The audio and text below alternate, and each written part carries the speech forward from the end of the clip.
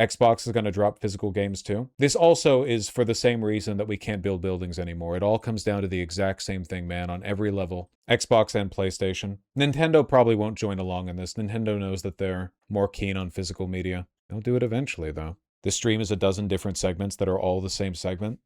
It is. But in a way, isn't that... I feel like after years of doing this, I've finally tapped in on, like, the bit... I have always understood, theoretically, as a Marxist, I've always understood fundamentally that capitalism is the root of these problems. Not to say that these problems have only existed under capitalism, but capitalism is the modality, the logic by which these problems manifest. Like, corruption is a problem both in a democracy and in monarchy, but they manifest in different ways adjacent to those underlying systems. So what we're looking at really is the profit motive, capital acquisition. I've always understood this theoretically, but now I feel like I can see the code in the matrix. Not to sound too much like I'm having a manic episode or anything, but like the link of like, why is everything getting worse and more expensive? It's all so fundamental, but it's so complicated. It's so omnipresent. It almost feels like it can't all be connected, but it is. It is all connected, you know? It is all connected. And yeah, I feel like in a way the answer is almost disappointingly simple. But, you know, it's still true. How differently do you think a 2019 to 2020 Vosh would cover today's events? Today, like specifically today, or do you mean like broadly? I think that I just think that for the longest time I've had I've had difficulty in applying the broader analysis to every specific situation. Keep in mind that dialectical materialism isn't like a finding, it's a framework. It's a way of looking at the world. So through that lens, you know, you don't arrive at every answer, but you can arrive at a consistent slate of answers. The question then is how you apply it, right? It's not about knowing everything. It's about knowing everything as it relates to the lens that you're using. And I think that over time, it's all gotten so blindingly obvious. I need to think more about how to communicate this at a fundamental level. I think that earlier, that anecdote from the email with the cost of painting the crosswalk, I think that is a really, really, really good, like, entry-level point to this topic, where, like, a normie, like a person who's not even remotely politically engaged can go, wow, that's insane. Like, $38,000 for what is ultimately a few hours of labor from two people and, like, $50 of paint? How is that even possible? And that's, like... And that helps you get into like everything, because everything is like that. Like everything is like that on some level. I think you learning more about finance helped you connect the dots. Yeah, finance and monetary policy. I think really learning about financialization was the kicker, because I used to think that in spite of how bad things have gotten, there was a contradictory pressure, that there are mechanisms in the capitalist market that direct our systems towards efficiency. And to an extent, this is true, but it's a different kind of efficiency. My mistake was not understanding that the incentive structures are so misaligned, and even the social incentives, that there's no reason for anyone involved who has the ability to make decisions to do things that benefit the public good. Not just because they're evil. They could be perfectly good people. It's because the system has made it impossible to do so on every level. So it's not, at the end of the day, it's just that Marx was right. This is the reason why Engels turned away so many prospective writers who wanted books published on the, like, evil landlord exploiting the tenants or whatever, you know? Engels thought they were vulgar because the idea that Marxist theories could be distilled down into the prospect that the bourgeoisie are evil and the proletariat are good, he considered to be a misunderstanding of the material. And I've always understood that theoretically, but now I really understand. Right now, the people in government are very evil. Very evil. But you could replace them with good people, and it wouldn't change a thing. Not in the long run. An evil landlord might charge exorbitant rents more than a good landlord, but you could make every evil landlord good, and the problem wouldn't change. Yeah, it would at best slow its progress.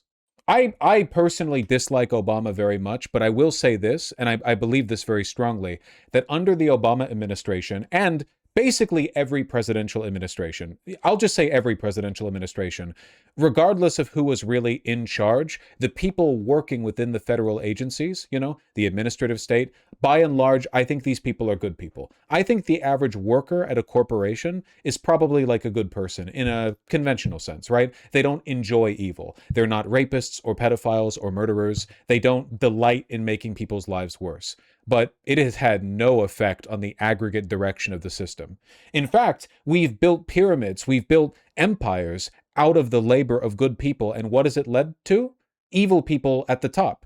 You could replace them with good people, maybe, but water falls predictably into a drainage ditch, much as evil flows to the top. But if you prevented that, if you scooped the water or redirected it, does water still not always fall down? You can keep one drainage ditch from being filled with water with careful construction and redirection. Can you prevent all drainage ditches from being filled with water? And if you are, what even is the point of the drainage ditch? What is the point of any of them? That's the whole point. That's the reason they exist. What does a threshing machine do but thresh? Is the point of the threshing machine not to thresh? It doesn't matter who you put in behind the wheel of the threshing machine. It does one thing. It's a scorpion, yeah. The whole government is a scorpion. That's not a good analogy because the system is of human hands and not a law of nature. Yeah, but I'm not really talking about well, hold on. Just because something is built by human hands doesn't necessarily mean that it's not subject to laws of nature. I'm talking about the predictable outcome of incentive structures. And I guess over time I've come to realize that the predictability of those outcomes is far greater than I ever expected. That in aggregate, any amount of good done by any number of people will always be outdone by the underlying principle of those incentives. You can temporarily resist it. You can push against a river. With enough people and enough equipment, you could push a river, the whole mass of its water, upstream for a time. But eventually, inevitably, that water will find its way down. It has potential energy that can only be spent by moving downhill. It will move downhill. No matter how long you retain it with a wall or push back against it, it will move downhill. There is no way to fix it by building dams or redirecting the river. It will always, always, always, always, always go downhill. Always. Or it evaporates, I suppose, but we don't need to get too granular with the metaphor. The solution then is not to find increasingly expensive and labor-consuming ways of preventing the water from going downhill, but to build a system that accommodates it going downhill, works with it, acknowledges it, and is not destroyed by it. Or to put it a little bit more simply, it doesn't matter how good you get at water engineering, you really, really, really don't want to build your city in a floodplain. Oh, you can get good at building the dams and redirecting the water, but eventually there will be a once-in-a-century storm. You do not want to build in the damn floodplain. Tell that to the Dutch? Well, they've got enough on their plate right now. Who are the Dutch in this metaphor? The poor bastards who are going to have to raise the average height of all of their dikes and water infrastructure by like a couple feet over the next century. You understand my point, right? Do I sound crazy? I hope the metaphor is coming through. You know what I mean? I guess I used to think that there was a little bit more internal tension, but it turns out that the inexorability of these incentive structures is far, far greater than the sum of all human effort. The outcome remains consistent. Trying to derive democratic or populist or, I'll say, non-exploitative outcomes from capitalism is, in many ways, a lot like trying to do what I said, trying to keep the water from going down, you know? What would be socialism in this analogy? Not building in the floodplain. Socialism in this analogy would be not building in the floodplain.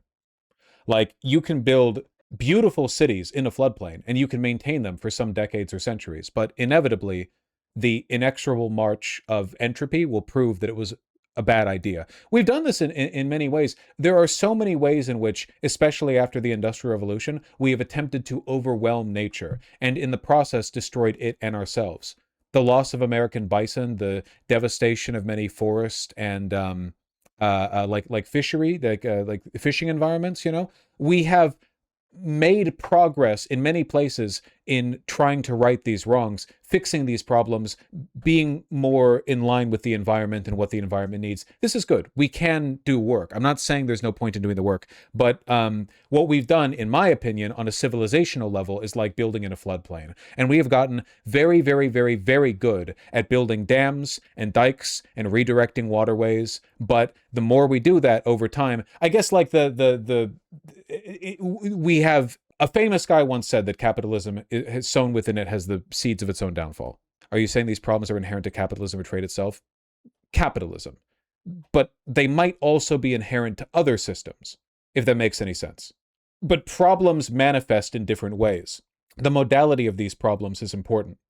At the end of the day, as annoying as it is to hear, financialized capitalism relies on a model of infinite economic growth. It's an abstraction, of course. In reality, nothing in like the material world is actually infinite, but this is what's expected of shareholders or by shareholders, and as a consequence, we're doomed to a permanent cycle of boom and bust, where you have losers at the bottom and consolidators at the top. The problem is that system that I've described could probably go on forever, in infinite tension with its environment, the suffering of the proletariat and the decadence of the bourgeoisie, lassoing back and forth without ever really changing the underlying structure of capitalism. You have Great Depressions, and then you have New Deals, and it just cycles. You have Reagans, you have infrastructure bills, you have times of collapse and times of rebuilding. Capitalism could go on forever if it wasn't for one pesky thing: the environment. The environment is like the ultimate decider in this case. It's like the water building higher and higher on the other side of the dam. In theoretically infinite environment, this cycle could be continued indefinitely. But the world is receptive to our bad decision making, and as a consequence, we're now facing existential annihilation, or at the very least, the death of billions. And this is a social tension, or a contributor to the tension, a social pressure that might be severe enough that it makes the whole modality untenable, if that makes any sense. Do you think FDR saved capitalism? Unquestionably, he did. But I don't think FDR was morally wrong in doing so. Like many of us, FDR lived in a world that seemed like it. I'll put it this way. In FDR's time, capitalism was, decade by decade, responsible for still a significant increase in the average life expectancy and quality of life for the average person. Like at that time, every day, some, transatlantic accented genius would go, Eureka! And invent, I don't know, the refrigerator or whatever. The quality of life was still going up. We've long since plateaued in this regard. Even medical advances are either so slow in their implementation or so expensive to access that it's difficult to feel the enormous breakthroughs that have taken place in the field of medicine, by the way. Like, huge progress has been made, is still being made, but do you feel it? Does it feel like it is? The feeling matters, because the feeling is a reflection of our commitment to the narrative that this system is making people's lives better, a thing that now very few people can agree on, right? Even Republicans acknowledge we're going in the wrong direction. They just point to immigration or whatever, not the inexorable march of capitalistic entropy. But isn't that just the human condition, a constant conflict? Yeah, of course. The dialectical nature of power and its counterbalances is a permanent feature of human social life. It will always be like that. Applied broadly enough, it's not even just a human thing. Environments exist in tension with their inhabitants, The herbivore and the predator and the grass the herbivore eats are all power structures in their own right. The availability or scarcity of any one of those resources can cause sometimes permanent changes to the environment. Everything exists in tension with itself. This is just it's a framework. It's a framework of analysis, and everything can be fit within it if you are willing to analyze it as such. The problem is not all systems exist with so much internal tension that they end the world. You understand? Like feudalism, absolute monarchy, the pharaohs, whatever else, these systems existed more or less stably for millennia. That basic system, the very basic, and there were variances between different societies, but the basic modality of you have one person who has absolute authority, and then elites beneath them who make and administrate decisions, and then many, many, many people who are worth jack shit. Serfs, slaves, whatever, right? There are nuanced and important differences between different modalities here, but the fundamental construction, a very wide, flat pyramid of hierarchy, was stable for thousands of years. There were limits to how much damage they could do to themselves or to others. Mostly because the Industrial Revolution had not yet produced technology capable of altering the environment to the point it has. Pre-industrial humans could drive certain species to eradication, but they could not bleach all coral on Earth, like what we're doing right now. They did cause mass death, but we can do it much better. In a way, it's not even really capitalism then. It's the interplay between capitalism and the post-industrial technological boom, like what we are able to do and what it has been allowed. But I maintain, and this might sound crazy, but I do maintain it, I actually think that if you had a industrial revolution in a society that was maintained strictly as a monarchy, you would not get the outcomes that we are now seeing. The reason being that the threats to the environment we're seeing now are a product of a model based on a need for infinite growth. Whereas monarchies were often sated by tradition for centuries. Like, not to say kings weren't greedy. They were. And kings and aristocracies and so on, they would make bad decisions. They would accumulate, so on and so forth. But the internal mechanisms for infinite growth and consolidation and accumulation and destruction and regrowth that goes up and up and up and up and up, those weren't really present in monarchies, not just because the technology wasn't there, but also because the internal incentive structure wasn't there. The king was the king. A merchant could be as wealthy as they wanted to be, but that didn't make them a nobleman. It didn't make them royalty. You could be worth the 600 AD equivalent of $100 million, but you would only ever be a merchant. You didn't have royal blood. And royal blood and the transmission of royal blood from, king to prince to whatever else, this is a system of power accumulation that is not attempting to be infinite. Monarchies do not attempt to make, through the process of one king as 8 children, and each of those children have 8 children, etc., an infinite number of royalty. You keep a small number of them. The rest are largely irrelevant. So, as a consequence, the cap for growth, for the growth of the tip of that pyramid, is finite. It is limited. But that's not how it works now, right? You can always be wealthier. Like Elon Musk. Elon Musk was wealthy at $1 billion, and then at 10, then 100. For a time, he was past $1 trillion. Now he's not, because the SpaceX IPO has gone down in valuation. But the amount of wealth any one person can represent is literally infinite. We can just keep adding zeros. So there is an incentive structure now that goes beyond any material limits, which I just don't think that was the case in a monarchy. Of course, nowadays, real existing monarchies are still capitalist. These systems are not mutually exclusive. I'm referring to a system which is monarchical, but that remains the economic structure as well. If you say like a mercantile monarchy, One of the reasons Marx said anything about communism being a planned economy is the idea we're living aside with no one at the wheel. Logic of the revolution, the wheel profit. Yeah. Like, people often think by planning he was referring to like a planned economy in the Soviet sense. But in reality, what he's talking about isn't really any different to the basic logic that's governed all resource management for all of human history, which is the idea that at the end of the day, there has to be some kind of account of what we have and what we can do. If you want to call that a planned economy, you may, but that can take many forms. You don't necessarily need a Soviet-style Politburo and planning committees making every decision, but the idea that there is just no cap and no upper bound on projected growth or resource use. I mean, Jesus Christ, we now pull more water from the Colorado than it gets.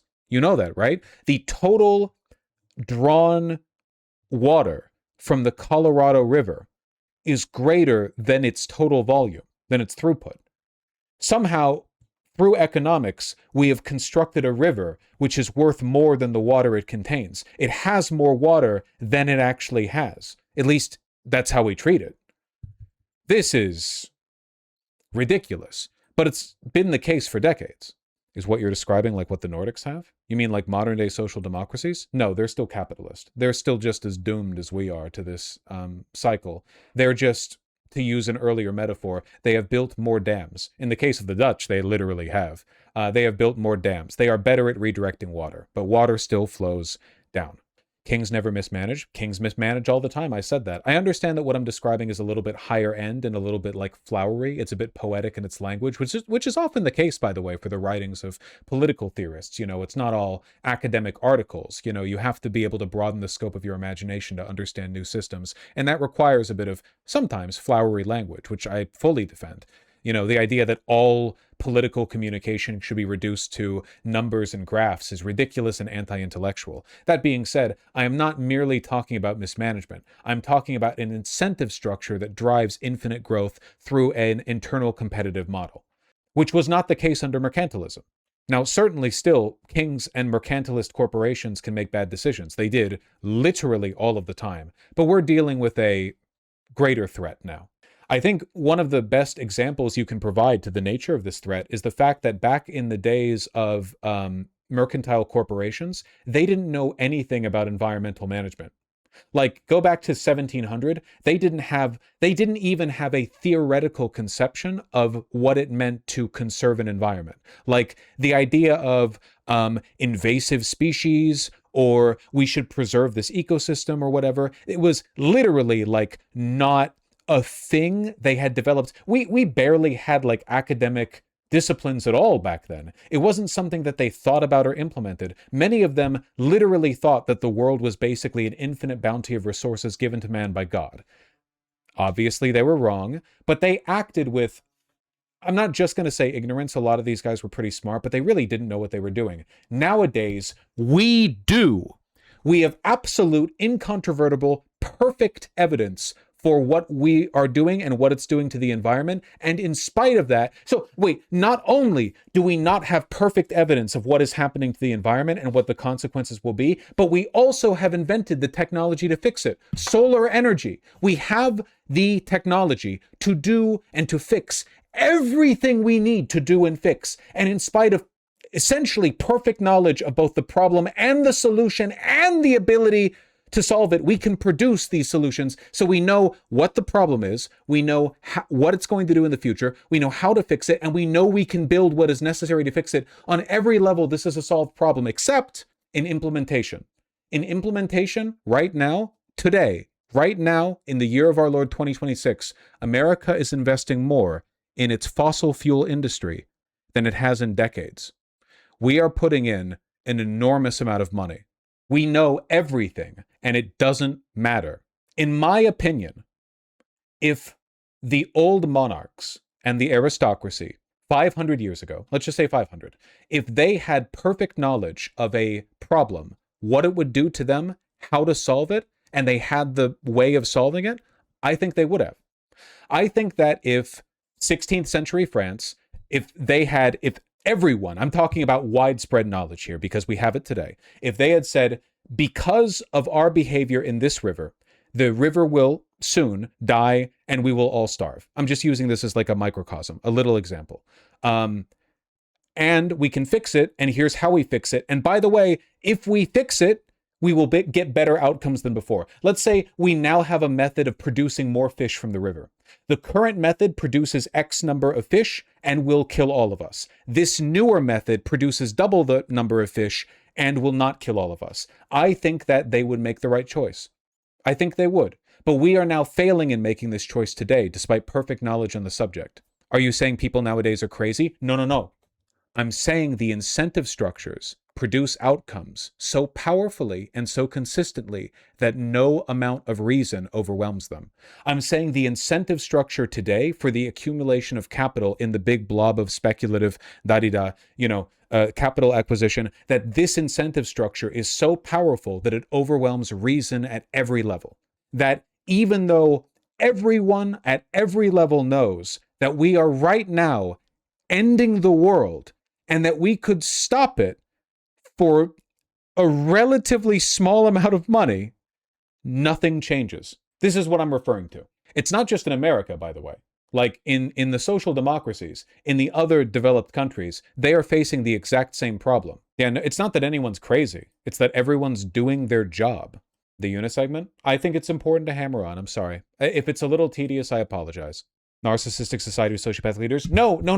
You're misunderstanding. It does not matter. Social democracies with less sociopathic populations and less crazy leaders are doing the same thing. Germany, when the adults in the room were in charge, voluntarily took down all their nuclear facilities and became more dependent on Russian fossil fuel because their politicians were subject to the incentive structures that would increase profitability for doing so. We in America have stopped adding energy to the grid because a higher tension between needed and available electricity drives up a bidding war where people pay more for the electricity they get from the station. On every level, everywhere in society, the incentives are broken. It has nothing to do with how good or evil the people involved are. But also they're evil.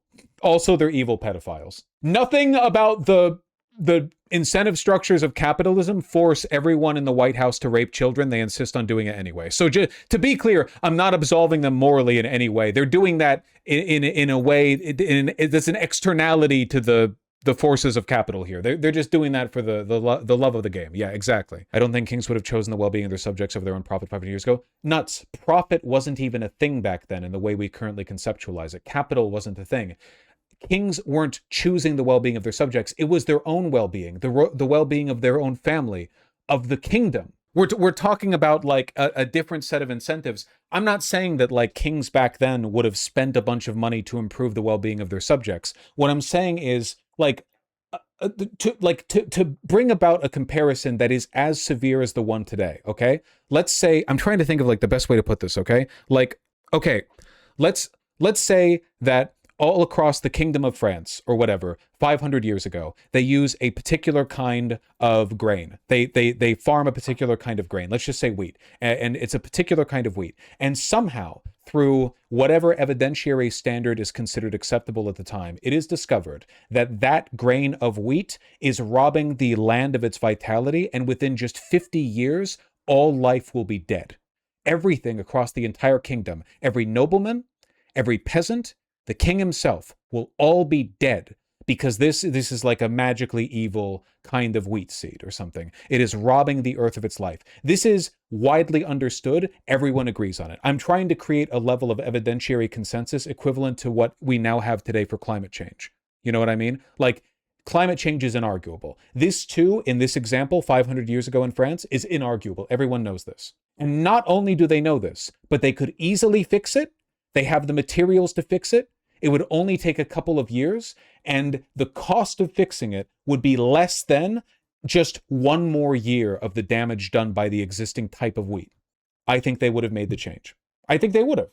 The only real reason they wouldn't, I think, would be if like the Catholic Church for some reason ordered them not to. But for what reason would they do this, you know? The Catholic Church was interested in the preservation of its own institution. You can't do that if all life on earth is dead. Capitalism is unique. Only under capitalism are our ruling class not even interested in the preservation of their own caste. Monarchies wanted to preserve the monarchy. The church wanted to preserve the church. There are certainly kings who might not have made that change, but the point is that no one can make that change today. Yeah. It's not even about like the individual decision-making of Louis the Ninth or whatever. It's that like, despite that perfect knowledge and implementation today, despite there being like literally billions of people whose lives hang on this decision.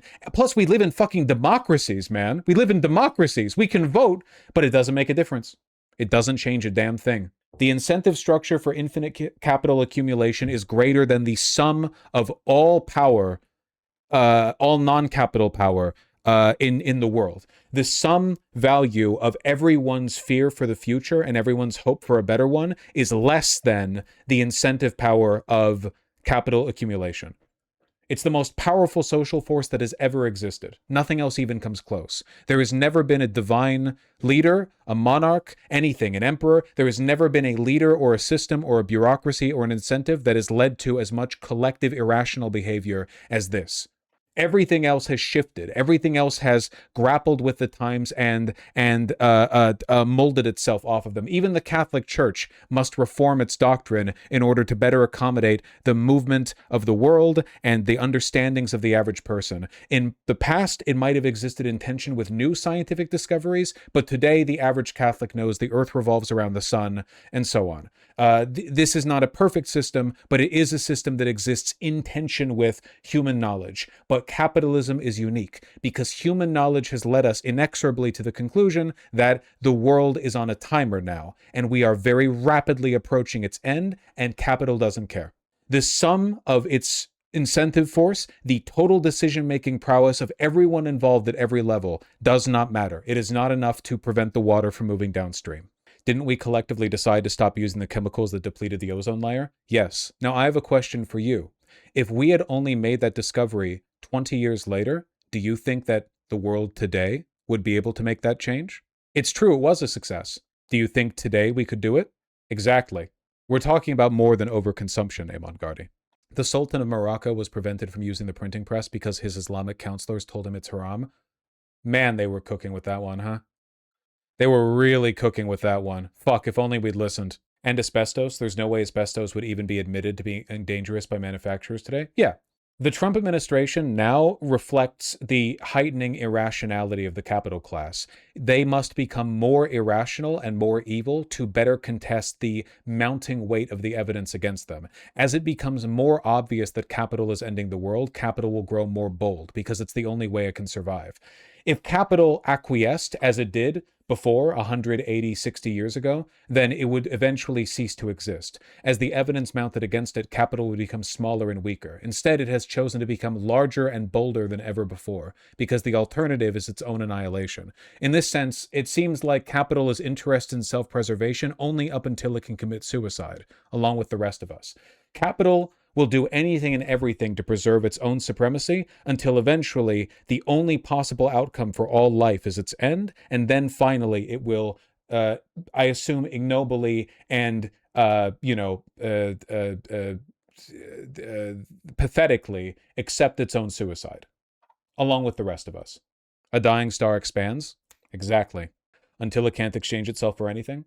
Yeah, we used to say the last capitalist will sell us the rope we used to hang him, but in reality it seems more like the last capitalist will, invest in the fossil fuel company that produces the fumes that kills himself or something. It's like the capitalism will persist and serve its own interests until it self-destructs, but it will probably be taking the rest of us with it.